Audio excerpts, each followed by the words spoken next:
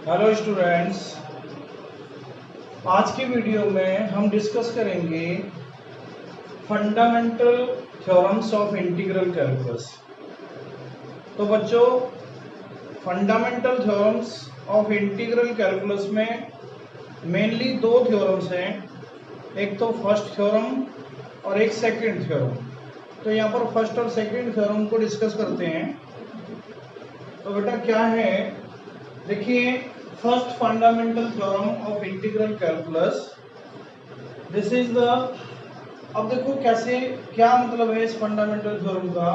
If function F is continuous on closed interval A to b, मतलब कोई function है जो इंटरवल ए टू बी में क्या है, कॉन्टिन्यूअस फंक्शन है, and f x be the area under the graph of f from a to x over the interval A to b is represented by f x. अब ये capital F क्या है, जैसा कि आप देख रहे हो, f x be the area under the graph of f from a to x. देखिए ये ग्राफ आपको देख रहे हैं कि ये हमारे पास एक क्या है, ये ग्राफ है किसी फंक्शन का y equal to f x function है। ए टू बी के बीच में हमारे पास जो ए टू बी है, इसके बीच में फंक्शन क्या है, कॉन्टिन्यूअस है। आपको क्या करना है, ए टू एक्स, एक्स कोई भी वैल्यू है वो ए और बी के बीच में लाई कर रही है, तो एक्स कहाँ क्या होगा, ए से बड़ा होगा, ए से ग्रेटर होगा, एक्स ग्रेटर देन और इक्वल टू एक्स होगा, और वो कहाँ तक जाएगा, बी तक कोई भी वैल्यू ले सकता है।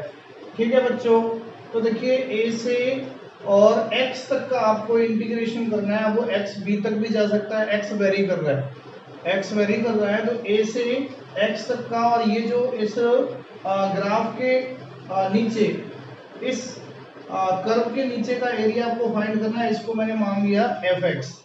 ठीक है बच्चों, एफ एक्स बेटा area under the graph of f from a to x. अब वो एक्स वेरी कर रहा है, एक्स बी तक भी जा सकता है, ठीक है ना, over the interval A to b is represented by f x equal to, अब देखो ये फॉर्मूला है, f x equal to a to x, limit हो गई a to x f x d x, then f dash x equal to fx for all x belongs to a to b। तो बेटा आपको ये ध्यान से देखना है कि fx की जो वैल्यू होगी वो क्या होगी, a to x, लिमिट का काम करेगा, a से शुरू हो रहा है एरिया, अब वो कहाँ तक जा रहा है, b तक जा रहा है, लेकिन x वेरी कर रहा है, हमें तो x तक लेना है, तो a to x लिमिट हो जाएगी a to x fx dx, मतलब fx जो फंक्शन है उसका क्या करना है आपको, इंटीग्रेट। ठीक है बेटा, अब वो इंटीग्रेट है, वो मैंने क्या मान रखा है, एफ एक्स मान रखा है, तो ये वैल्यू एफ एक्स की इक्वल हो जाएगी। अब दोनों साइड का अगर मैं डिफरेंशिएट करूंगा तो F S X equal to क्या हो जाएगा, एफ एक्स। तो ये होगी आपकी first fundamental theorem of integral calculus. अब आते हैं बेटा second fundamental theorem of integral calculus. तो second fundamental theorem of integral calculus क्या है, a function F is continuous on A to B close interval A to B में कोई function continuous है, and F is any anti derivative of F, मतलब F x, F क्या है, जो capital F है वो उस स्मॉल एफ का क्या है, एंटी डेरिवेटिव है। एंटी डेरिवेटिव मींस इंटीग्रेशन है, वो इंटीग्रल है on A to b, then limit a to b f x d x क्या हो जाएगा, f b minus f a. ठीक है बच्चों, तो ये आपको ध्यान रखना है कि लिमिट ए टू बी, ये देखो मैंने बताया था आपको कि ये है हमारे पास क्या, लोअर लिमिट, ये है अपर लिमिट, और ये F x d x, f x का इंटीग्रेशन कैपिटल एफ है, जैसा कि आपको दिखाया गया है कि ये एफ कोई कॉन्टिन्यूअस फंक्शन है, and capital F is the anti derivative means integral है, तो कैपिटल एफ इंटीग्रेशन हो गया, उसके बाद क्या क्या हुआ है कि हमने इसमें लिमिट अप्लाई की हुई है। और आपको पता ही है लिमिट कैसे अप्लाई करते हैं, पहले as a indefinite integration, indefinite के हिसाब से हमें क्या करना है, एफ एक्स का इंटीग्रेट कर देना है, और after that you will have to use the limit. ठीक है ना, सबसे फर्स्ट पहले आपको क्या करना पड़ेगा कि अपर लिमिट का यूज करना पड़ेगा, और फिर माइनस, और फिर उस एक्स की जगह पे आपको लोअर लिमिट लगानी है। ठीक है बच्चों, तो ये देखो, ये ध्यान रखना है आपको, ये दोनों थ्योरम्स, ठीक है, आपको बहुत ही जरूरी हैं और बहुत ही इम्पोर्टेंट हैं। ठीक है बच्चों, तो देखिए अब उसके बाद हम कुछ जो है ना कुछ एग्जांपल्स ले रहे हैं जो कि आपको इन थ्योरम्स को क्लियर करेंगे कि क्या इनका रोल है, और क्वेश्चन से आपको और भी क्लियर हो जाएगा। तो देखिए बच्चों, यहाँ पर कुछ क्वेश्चन लेते हैं, और क्वेश्चन है हमारे पास कुछ डिफरेंट क्वेश्चन हमने लेके आ रहे हैं यहाँ पे। तो देखिए है क्वेश्चन π/6 to π/4। एक क्वेश्चन है लिमिट π/6 to π/4। ये एक एग्जांपल है हमारे पास π/6 to π/4। This is the lower limit and this is the upper limit. ठीक है ना, लोअर लिमिट क्या है π/6, π/4 क्या है अपर लिमिट। क्वेश्चन है कोसेकेंट x dx। तो बेटा इसका इंटीग्रेशन करना है कोसेकेंट x dx। मतलब आपको क्या करना है, कोसेकेंट x fx की वैल्यू आपके पास कोसेकेंट x है, तो आपको सिंपली क्या करना है कि देखिए ये लिमिट का अभी कोई रोल नहीं है। अभी तो आपको जैसे कि इंडेफिनिट इंटीग्रेशन में आपने कई सारे मेथड्स पढ़े हुए हैं, उसके हिसाब से इस कोसेकेंट x का आपको क्या करना है, इंटीग्रेशन करना है। तो देखो ये तो एक फॉर्मूला है, कोसेकेंट x का फॉर्मूला है। ओके, कोसेकेंट x का इंटीग्रेशन आप जानते ही हो, integration of cosecant x dx equal to log of cosecant x minus cot x।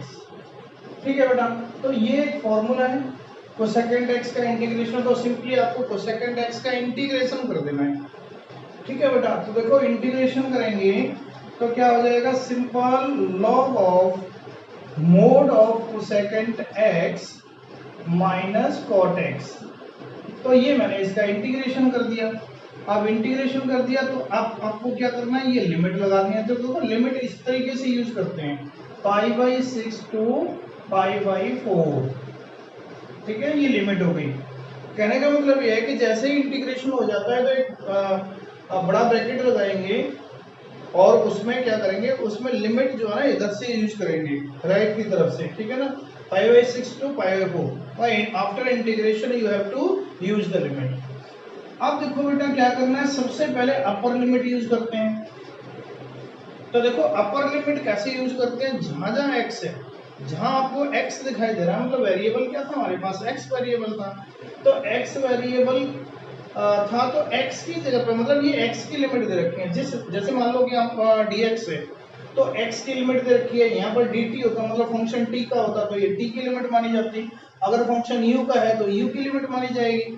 ठीक है बच्चों, तो इस तरीके से आपको क्या करना है कि जिस वेरिएबल में है फंक्शन उसी की लिमिट मानी जाएगी। तो ये x वेरिएबल में है तो ये x की लिमिट है, मतलब आपको सबसे पहले अपर लिमिट का यूज करना है, फिर उसके बाद लोअर लिमिट का यूज करना है। तो सबसे पहले हम क्या करेंगे, अपर लिमिट का यूज करेंगे, मतलब x की जगह पे क्या लगाना है, π/4। ठीक है बच्चों, तो देखिए लगाइए log ऑफ कोसेकेंट x की जगह पे π/4 माइनस कॉट x की जगह पे π/4। तो बेटा ये लगा दिया मैंने, देखो इस पूरे में x की जगह पे π/4 लगा दिया। अब उसके बाद क्या करना है, माइनस, ध्यान रखना है अपर लिमिट लगाने के बाद माइनस का साइन आता है। फिर उसके बाद क्या लगाते हैं, इसके बाद फिर लोअर लिमिट का नंबर आता है। तो इसमें आपको क्या करना है, लोअर लिमिट लगा देनी। तो फिर वही फंक्शन यहीं से शुरू होगा, log of cosecant π/6 minus cot of π/6। ये आपका बन गया। ठीक है ना, आप हमने क्या किया कि पहले अपर लिमिट लगाई और उसके बाद फिर लोअर लिमिट लगा दी। ठीक है ना, ध्यान रखना कि डेफिनेट इंटीग्रेशन में इंटीग्रेटिंग कांस्टेंट नहीं आता है। इंटीग्रेटिंग कांस्टेंट का कोई रोल नहीं है क्योंकि एक डेफिनेट आंसर देता है। ठीक है ना, तो इसलिए हम इंटीग्रेटिंग कांस्टेंट का यूज यहाँ पर नहीं करते हैं।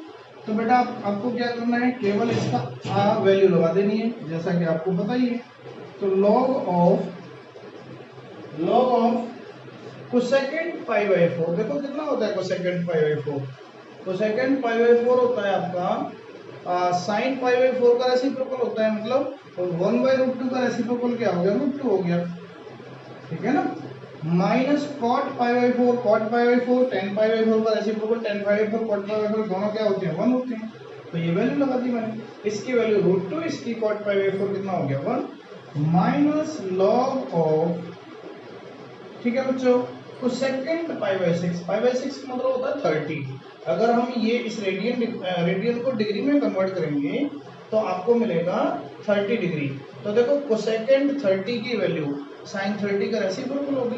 साइन 30 की वैल्यू क्या होती है, 1/2, तो 1/2 का रेसिप्रोकल क्या हो गया, 2 हो गया, माइनस अब कॉट पाई बाई 6, कॉट 30 कितना होगा, कॉट 30 होगा हमारे पास कितना, tan 30 का रेसिप्रोकल।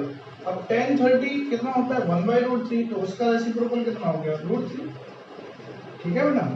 अब देखो ये फॉर्मूला बन जाता है आपका log m minus log m, आप ऐसे यूज कर सकते हो इसको। आप मान लीजिए ये m हो गया और ये n हो गया, ठीक है, ये आपका m और ये आपका n, तो फॉर्मूला बन गया log of √2 minus 1 upon 2 minus √3, ठीक है बेटा। तो ये इसका क्या हो गया, आंसर, ठीक है ना। एक फॉर्मूला होता है, मैं लिख देता हूँ यहाँ पर, log of m minus log of n equal to log of m by n। तो ये हम फॉर्मूला यूज करते हैं और ये आपका आंसर होता है, ठीक है बच्चों। अब देखिए एक नेक्स्ट एग्जांपल और लेते हैं, क्या है हमारे पास, 2x plus 3 upon 5x square plus 1, ठीक है बच्चों। 2x प्लस 3 एनसीईआरटी बुक के क्वेश्चंस हैं ये, तो ये आप अच्छे से देखेंगे। Integration 0 to 1 2x plus 3 upon 5x square plus 1, 5x square plus 1 dx. You have to integrate this function as a definite integral, ठीक है ना। डेफिनेट इंटीग्रेशन का क्वेश्चन है, सिंपली क्या करना है, लिमिट बाद में, पहले ये इंडेफिनिट ही मान के चलो कि आपको इसका इंडेफिनिट में करना है, मतलब लिमिट तो बाद की बात है, मतलब इंटीग्रेशन करने के बाद में लिमिट यूज होती है, पहले तो ये इंडेफिनिट ही के तरीके से करना है, ठीक है बेटा।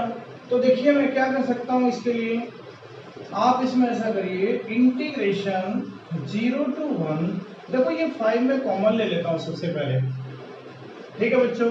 तो ये 5 कॉमन ले लिया तो मैंने ये 1/5 हो गया, 1/5 बाहर आ गया, क्या आ गया, 2x प्लस 3 अपॉन, देखो 5 यहाँ से कॉमन लूंगा तो ये हो जाएगा x square plus 1/5 into dx। ये क्वेश्चन हो गया आपका। देखो 1/5, देखो x स्क्वायर के साथ जो भी मेरे पास डिजिट है 5 है, तो उसको x स्क्वायर का कोफिशिएंट अगर 1 होता है तो इजीली फॉर्मूला समझ में आता है, ठीक है ना। बच्चों को फॉर्मूला समझ आ जाता है कि क्या फॉर्मूला बन रहा है यहाँ पे। अगर x स्क्वायर के साथ कुछ नंबर रहेगा तो फिर कहीं ना कहीं कंफ्यूजन होता है बच्चों को, तो इसलिए मैंने क्या किया कि x स्क्वायर का कोफिशिएंट पहले 1 बनाया, ठीक है बेटा। अब देखो इसको मैं लिखूंगा 1/5 इंटीग्रेशन 0 to 1। अब मैं इसको सेपरेट कर दूं, देखो 2x के नीचे ये पूरा लिख दूं, उसके बाद फिर 3 के नीचे लिख दूं, मतलब 2x upon x square plus 1/5 dx, ठीक है ना, ऐसे करो, plus 3 upon x square plus 1/5, देखो ऐसे कर सकता हूँ मैं, बहुत ही सिंपल सा हो गया। अब यहाँ पर क्या है कि दो क्वेश्चन बन गए हमारे पास, ठीक है बच्चों। 1/5 इंटीग्रेशन 0 to 1, दो क्वेश्चन बना देता हूँ, इसको अलग कर देता हूँ, उसको अलग कर देता हूँ, तो ये बन जाएगा 2x upon x square plus 1/5 dx, ठीक है बच्चों, ये बन गया। अब 1/5 का मल्टीप्लाई तो उसमें भी होगा, ठीक है ना, क्या हो जाएगा बेटा, प्लस 3/5 इंटीग्रेशन 0 to 1, देखो इंटीग्रेशन 0 to 1 चल ही रहा है, 3 ऊपर है, 3 मैंने बाहर निकाल लिया तो 3/5 हो गया, क्या हो गया, dx over x square plus, देखो 1/5 को लिख दूंगा मैं 1/√5 का होल स्क्वायर। तो देखो बिल्कुल एक स्ट्रेट फॉरवर्ड फॉर्मूला आपको दिखाई दे रहा होगा, 1/x² प्लस a²। ठीक है, बिल्कुल सही सा फॉर्मूला दिखाई दे रहा है, 1/x² प्लस a²। ध्यान करिए, ठीक है ना, थोड़ा सा याद कीजिए क्या होता है इसका इंटीग्रेशन 1/x² प्लस a² का क्या होता है, 1/8 tan इनवर्स xy है। आपने पढ़ा होगा 1/x² प्लस a² का इंटीग्रेशन क्या होता है, 1/8 tan इनवर्स xy है। ठीक है, तो देखिए क्या करेंगे बेटा, 1/5। अब देखो इसका इंटीग्रेशन करना, मैंने आपको एक फॉर्मूला बताया था, कुछ याद करिए कि नीचे वाले का डिफरेंशिएशन अगर ऊपर मौजूद है, नीचे वाले का डिफरेंशिएशन अगर ऊपर मौजूद है तो मैं इसमें लॉग लगा देता हूँ। आपने फॉर्मूला पढ़ा होगा, ठीक है ना। देखिए मैंने फॉर्मूला आपको ये बता दिया था, मैं यहाँ बता देता हूँ आपको एक बार फिर, integration f' upon fx dx, इसका आंसर होता है log ऑफ fx। ये ध्यान रखना, मतलब डिनोमिनेटर का डिफरेंशिएशन न्यूमरेटर में मौजूद है पूरा का पूरा, मतलब कुछ ज्यादा कम नहीं होना चाहिए।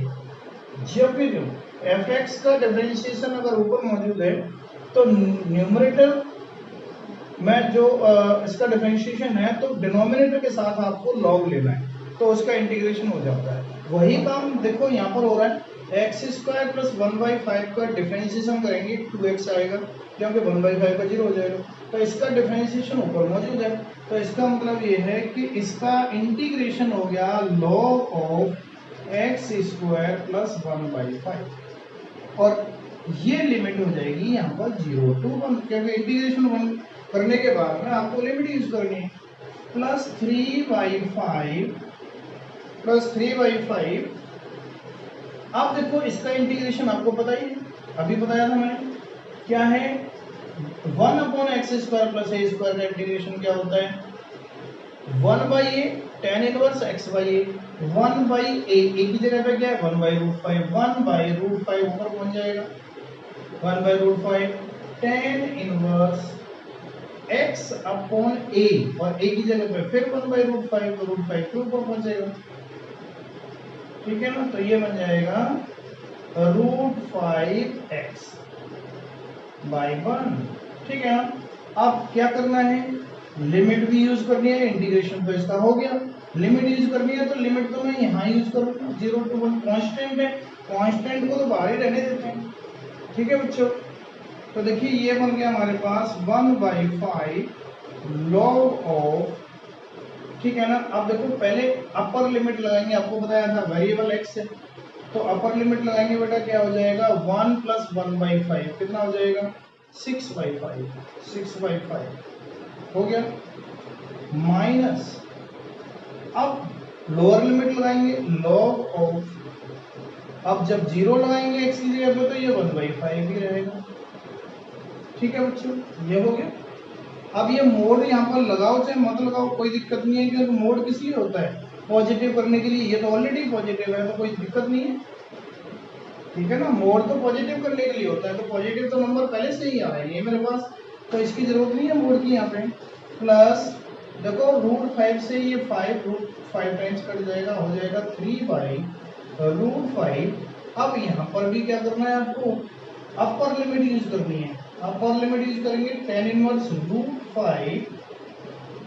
ठीक है बेटा, x की जगह 1 लगा दिया तो tan इनवर्स √5 हो गया, माइनस, अब 0 लगाऊंगा यहाँ पे, तो x की जगह 0 लगाऊंगा तो tan इनवर्स 0 0 ही होता है। ठीक है बच्चों, तो देखिए बस इसका आंसर आने वाला है आपके पास 1/5 log ऑफ, देखो log m minus log n बनना है तो log 6 हो जाएगा, पता है आपको। ठीक है बेटा, log 6/5 अपॉन 1/5, 5 से 5 कैंसिल हो जाएगा, log 6 हो गया, प्लस 3/√5, और ये हो जाएगा बेटा tan इनवर्स √5, ये आपका आंसर। ठीक है बच्चों, तो देखो बहुत ही सिंपल सा क्वेश्चन था और इजी सा क्वेश्चन था, बस कंसेप्ट वाइज आपको सही से सब कुछ तैयार रहना चाहिए, याद रहना चाहिए। नेक्स्ट क्वेश्चन देखते हैं। क्वेश्चन है हमारे पास, क्वेश्चन है 5x² लिमिट है 1 to 2 5x² upon 5x² upon x² plus 4x plus 3 x² plus 4x plus 3 dx। ठीक है बच्चों, तो ये क्वेश्चन है आपके पास और इस क्वेश्चन को सॉल्व करना है। क्या मेथड्स हम अप्लाई कर सकते हैं इसमें? ठीक है, लिमिट है 1 to 2 5x² upon x² plus 4x plus 3। देखिए, आपको एक बात यहाँ पर ध्यान रखनी थी, मैं आपको ये पहले भी बता चुका हूँ। क्या है कि जब डिग्री सेम होती है, देखो डिग्री पे बात आ रही है और ये मैंने पहले आपको बता दिया है लास्ट वीडियो में कि जब डिग्री सेम होती है न्यूमरेटर की और डिनोमिनेटर की तो पहले डिवाइड करो। ठीक है, यहाँ पर भी क्वाड्रेटिक है, ऊपर भी क्वाड्रेटिक है, तो हम क्या करेंगे, पहले डिवाइड करेंगे। सिंपल सी तरीका है, पहले इसको डिवाइड करना है।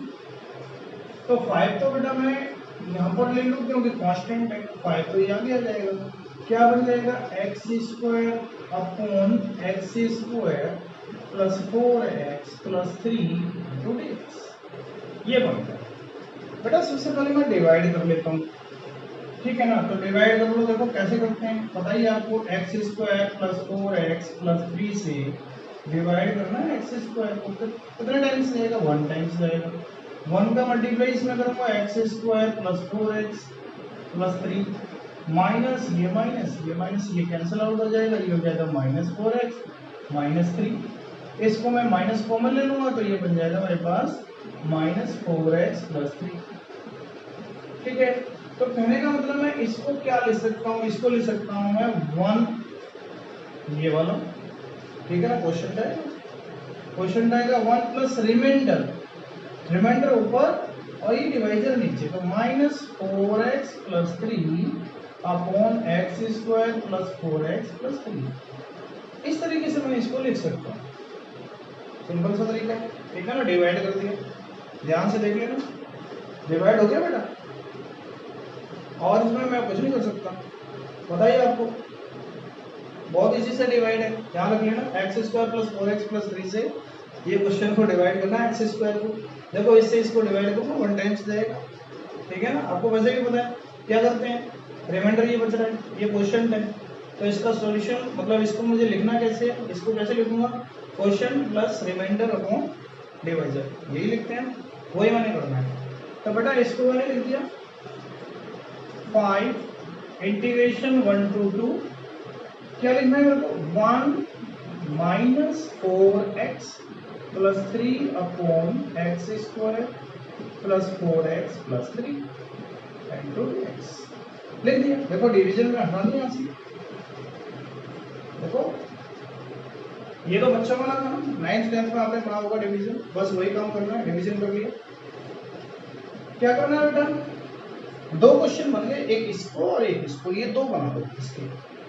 तो 5 तो रहेगा मेरे पास, इंटीग्रेशन 1 to 2 लिमिट हो जाएगी, केवल 1 का इंटीग्रेशन करना है 1 dx, फिर उसके बाद क्या करना है माइनस 5 तो यहाँ भी रहेगा 1 to 2, देखो ये 5 तो रहेगा, 1 to 2 की लिमिट भी रहेगी, तो फिर ये आ जाएगा, क्या आ जाएगा, 4x plus 3 upon x² plus 4x plus 3। Simple सा काम कर दिया हमने। ठीक है बेटा, ये आपके लिए करना पड़ रहा है 5। अब देखो इस 1 का इंटीग्रेशन जानते ही आप क्या होता है, 1 का इंटीग्रेशन x होता है, x लिमिट हो जाएगी 1 to 2 माइनस 5। अब बेटा इंटीग्रेशन 1 to 2, अब क्या करना है देखो, फिर इसको सेपरेट कर देना। सेपरेट कैसे करूँगा, 4x upon x² plus 4x plus 3। देखो सेपरेट क्यों करना पड़ रहा है मेरे को, देखो यहाँ पर अगर मेरे पास यहाँ पर देखिए मैं बताता हूँ आपको, इसका डिफरेंशिएशन क्या हो गया, नीचे वाले का डिफरेंशिएशन हो गया 2x प्लस 4। तो अगर मेरे पास ऊपर 2x प्लस 4 होता ना तो सबसे इजी था, फिर तो मैं लॉग ले लेता, F dash x upon F x वाला फॉर्मूला बनता। लेकिन 2x प्लस 4 ऊपर बन नहीं सकता, नहीं बन सकता ना, 2x प्लस 4 मेरे पास बन नहीं सकता, ठीक है ना। हाँ बन भी जाएगा, ठीक है ना, मैं इसमें 8 लिख दूं या 8 माइनस 5 ऐसे लिख सकता हूँ। क्योंकि 8 माइनस 5 क्यों लिखना है, क्योंकि 4 कॉमन लेके 4x प्लस 8 में से 4 कॉमन लेके, नहीं 2 कॉमन लेके 2x प्लस 4 बन जाएगा। बन सकता हूँ, कोई दिक्कत नहीं है, ऐसे बना लो या फिर ऐसे बना लो, बात एक ही है, कोई फर्क नहीं पड़ेगा इसमें, ठीक है ना। चलो मैं ऐसे ही बना देता हूँ। आप इस प्लस 3 को क्या लिख सकते हैं, 4x प्लस 3 को देखो मैंने क्या लिख दिया, प्लस 8 और माइनस 5, ठीक है, इंटू dx। तो इसको मैं अलग रख रहा हूं, ऐसे ऐसे लिख दिया। अब देखो यहां पर तो मैं लिमिट अप्लाई कर लूंगा लिमिट अप्लाई कैसे, upper limit minus lower limit, तो ये हो जाएगा बेटा 5 तो मेरे पास है ही है, अपर लिमिट लगाऊंगा 2 हो जाएगा, माइनस आएगा बीच में 1 लगाऊंगा तो ये 1 हो जाएगा, ठीक है ना। -5 integration 0 to 1 1 to 2 integration 1 to 2। अब बेटा ये बन जाएगा मेरे पास, देखो इसके नीचे इसको लिख दूंगा तो ये हो जाएगा 4x plus 8 upon x square plus 4x plus 3 dx।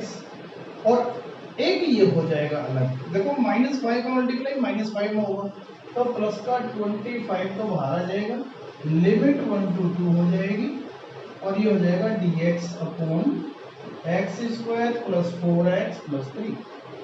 यहाँ तक बात समझ में आ चुकी होगी आपको, ठीक है बेटा।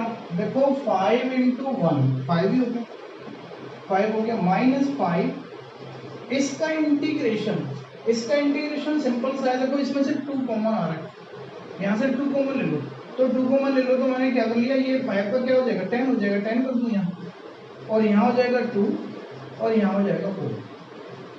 मैंने बैलेंस किया उसको क्योंकि मुझे चाहिए 2x प्लस 4 नीचे, मतलब 2x प्लस 4 इसका डिफरेंशिएशन हो रहा है तो मेरे को ऊपर चाहिए 2x प्लस 4। तो मुझे पता था कि 4x तो मेरे पास है तो 2 कॉमन लेना पड़ेगा, तो 2 कॉमन एक ऐसा नंबर होना चाहिए 2 कॉमन लेके 4 बचना चाहिए, तो 8 होना चाहिए था ना वो, इसलिए मैंने 8 किया था उसको, तो 2x प्लस 4 आ गया और प्लस 25 ये मेरे पास अलग हो गया, ठीक है ना। अब बेटा देखिए -10 कर दूंगा इसको, अब इसका डिफरेंशिएशन ऊपर मौजूद है तो मैं क्या करता हूँ, log of x square plus 4x plus 3 integration आपका हो चुका, लिमिट हो जाएगी 1 to 2, बिल्कुल ठीक है ना बेटा, प्लस 25। अब देखिए लिमिट 1 to 2, अब dx ओवर, इस टाइप के क्वेश्चन आपने किए हुए हैं, क्या करते हैं सोचिए, परफेक्ट स्क्वायर बनाते हैं, क्या हो जाएगा x square plus 4x plus 4 minus 1 करो, क्योंकि देखो ये परफेक्ट स्क्वायर बन गया, ठीक है बच्चों। ये बना 5 माइनस 10, बेटा 2 लगाऊंगा पहले क्योंकि अपर लिमिट लगाते हैं, देखो 2 का स्क्वायर 4, 2 यहाँ लगाऊंगा 8, ये हो जाएगा 8 प्लस 4 कितना हो जाएगा 8 प्लस 4 12, 12 प्लस 3 15, तो ये हो जाएगा log 15 माइनस log 3, पता है क्यों log 3 नहीं, ये जाएगा 1 लगाऊंगा ना, 1 प्लस 4 प्लस 3 कितना हो जाएगा 8 हो जाएगा, समझ गए। 5 माइनस 10 तो मेरे पास है, log इसमें 2 लगाना है x की जगह पे, तो ये 4 प्लस 8 12, 12 प्लस 3 15 माइनस फिर 1 लगाऊंगा तो 1 लगाऊंगा तो 8 हो जाएगा, plus 25 integration 1 to 2 dx over x plus 2 का होल स्क्वायर माइनस 1 का होल स्क्वायर, ये बना, ठीक है बेटा। इसको मैं लिख सकता हूँ 5 माइनस 10 और इसको लिख दूंगा log 15/8, क्योंकि फॉर्मूला होता है मेरे पास log m minus log n, ठीक है ना, equal to log mn, plus 25, देखिए बेटा क्या बन गया, 1/x² माइनस ए स्क्वायर फॉर्मूला बन गया, 1/x² माइनस ए स्क्वायर। तो देखो x की जगह पे क्या चल रहा है, x+2 चल रहा है, कोई दिक्कत नहीं है, x की जगह पे पता है ना x+2 है, क्योंकि x+2 का डिफरेंशिएशन और करके देख लो, x+2 का डिफरेंशिएशन अगर 1 आ रहा है तो कोई प्रॉब्लम नहीं होती, x की जगह पे कुछ भी हो, मतलब x की जगह पे कुछ भी हो, लेकिन अगर उसका डिफरेंशिएशन 1 है तो आप डायरेक्टली फॉर्मूला यूज कर सकते हैं। ऐसा नहीं होना चाहिए कि x मान भी रहे हो और उसका डिफरेंशिएशन 1 भी नहीं आ रहा, कुछ और आ रहा है, कुछ और आ रहा है तो उससे फिर डिवाइड भी करना पड़ता है, ठीक है ना। तो फिर मैं इसका इंटीग्रेशन कर दूं, 1/x² माइनस ए स्क्वायर क्या होता है, 1/2a, फॉर्मूला होता है 1/2a, ए की जगह पे तो 1 है, 1/2a log ऑफ, पता है log of x minus a upon x plus a, तो x की जगह पे x+2 है, x+2 x minus a upon x plus a, x plus a का मतलब x+2 प्लस 1, और लिमिट यहां से ऐसे लगेगी 1 to 2, ठीक है बच्चों। तो देखो ये बन गया 5 माइनस 10 log ऑफ 15/8 प्लस 25/2, समझ रहे हैं, 25/2, और ये हो जाएगा log, अब लिमिट लगेगी यहाँ पर, देखो 2 लगाऊंगा तो 2 + 2 4, 4 - 1 क्या हो जाएगा 3, अपॉन फिर 2 लगाऊंगा यहाँ, 2 2 4 + 1 5, 3/5 माइनस log ऑफ, फिर यहाँ 1 लगाऊंगा तो 1 से 1 कटेगा, 2 ऊपर बचेगा, और यहाँ 1 लगाऊंगा तो ये 4 हो जाएगा, ठीक है ना, तो ये 4 हो जाएगा, तो इसका मतलब 1/2 हो जाएगा, ये 1/2 लिख सकता हूँ मैं इसको, ठीक है बेटा। तो बस इसका log m minus log n वाला फॉर्मूला और लगा दीजिए और इसको सॉल्व कर दीजिए, ऐड हो जाएगा, अगर log कोई ऐड हो रहा है तो आप ऐड कर लेना और आपका आंसर आ जाएगा, ठीक है बच्चों। सिंपल सा क्वेश्चन बन चुका है आपका, ठीक है, इसको सॉल्व कर लेना log को, ये आपका आंसर है, ठीक है। अब देखिए नेक्स्ट क्वेश्चन है हमारे पास 0 to 1 x e की पावर x, ये हो गया क्लियर।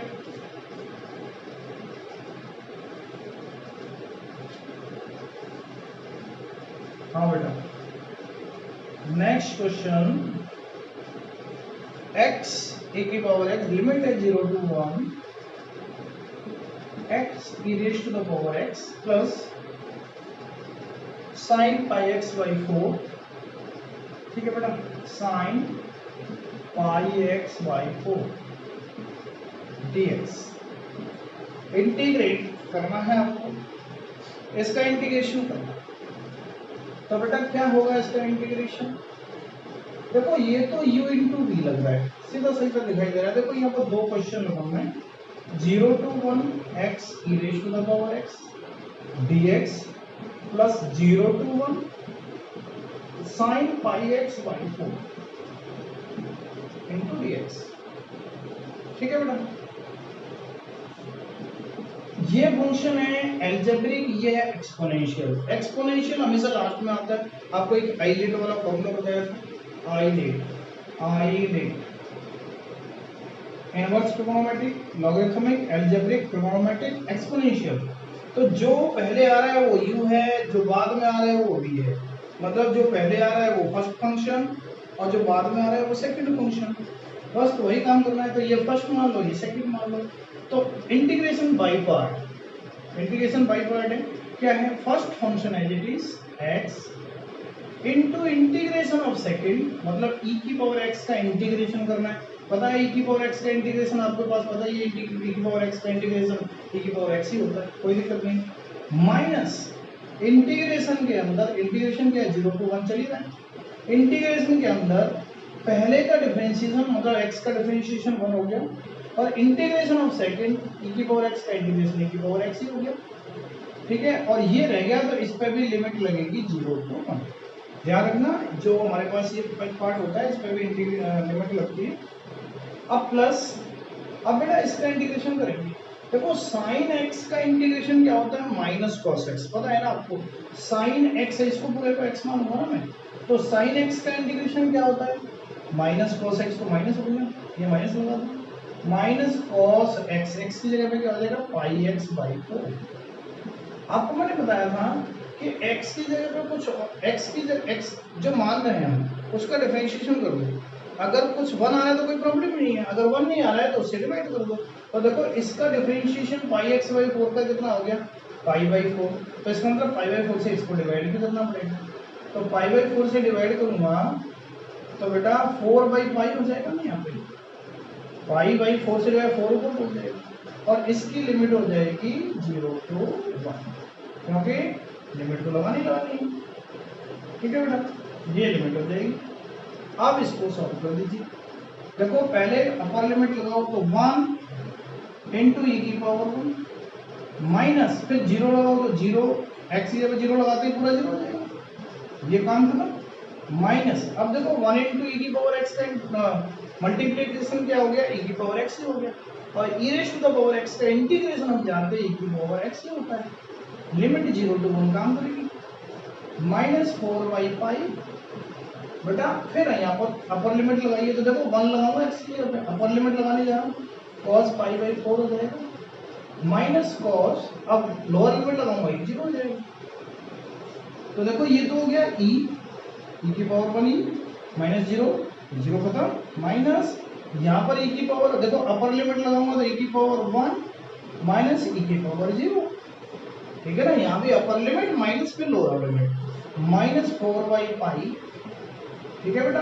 cos पाई बाई 4 कितना होता है 1 बाई रूट 2 माइनस cos 0 कितना होता है 1, तो बेटा ये बन गया e माइनस, माइनस का मल्टीप्लाई कर दो e, माइनस माइनस प्लस हो जाएगा, e की पावर 0 1 हो जाता है, माइनस 4 बाई पाई, और ये हो जाएगा 1 बाई रूट 2 माइनस 1, e से e कैंसिल हो जाएगा, आंसर हो जाएगा आपका 1 माइनस 4 बाई पाई और 1 बाई रूट 2 माइनस 1, समझ आया हो, ठीक है बच्चों, क्लियर हो गया, तो ये आपको क्वेश्चन हो गया 4 बाई पाई, इसका मल्टीप्लाई भी कर सकते हैं अंदर, कोई दिक्कत नहीं है। तो बेटा इस तरीके से आपका ये डेफिनेट इंटीग्रेशन की जो दो थ्योरम है, फर्स्ट फंडामेंटल थ्योरम और सेकंड फंडामेंटल थ्योरम, ठीक है ना, और उस पर बेस्ड ये क्वेश्चंस, सिंपली क्या करना है आपको, इंटीग्रेट करना है, इंटीग्रेट करने के बाद में लिमिट अप्लाई करनी है, ठीक है बेटा। नेक्स्ट वीडियो में डिस्कस करेंगे इंटीग्रेशन बाय द सब्स्टिट्यूशन, ठीक है बेटा, क्यों, क्योंकि सब्स्टिट्यूशन का जरूरत पड़ती है हमें, क्योंकि कभी कभी कुछ ऐसे क्वेश्चन होते हैं जिसका इंटीग्रेशन हम सोच नहीं पाते हैं, तो हम क्या करते हैं कुछ पुट कर लेते हैं, एक नया वेरिएबल बना लेते हैं, जैसे यहाँ x वेरिएबल में है तो हम कुछ t में पुट कर देंगे, कुछ वैल्यू कुछ लगाएंगे तो वो t माना जाए, इंडिफिनिट इंटीग्रेशन में भी आपने किया होगा, ठीक है ना, बाय सब्स्टिट्यूशन सॉल्व करते हैं, ठीक है बेटा। तो आज के लिए यहीं इसको फिनिश करते हैं, नेक्स्ट वीडियो सब्स्टिट्यूशन की लेके आएंगे, ठीक है बच्चों, तब तक इसकी प्रैक्टिस कीजिए इस एक्सरसाइज की, ठीक है, thank you very much, okay.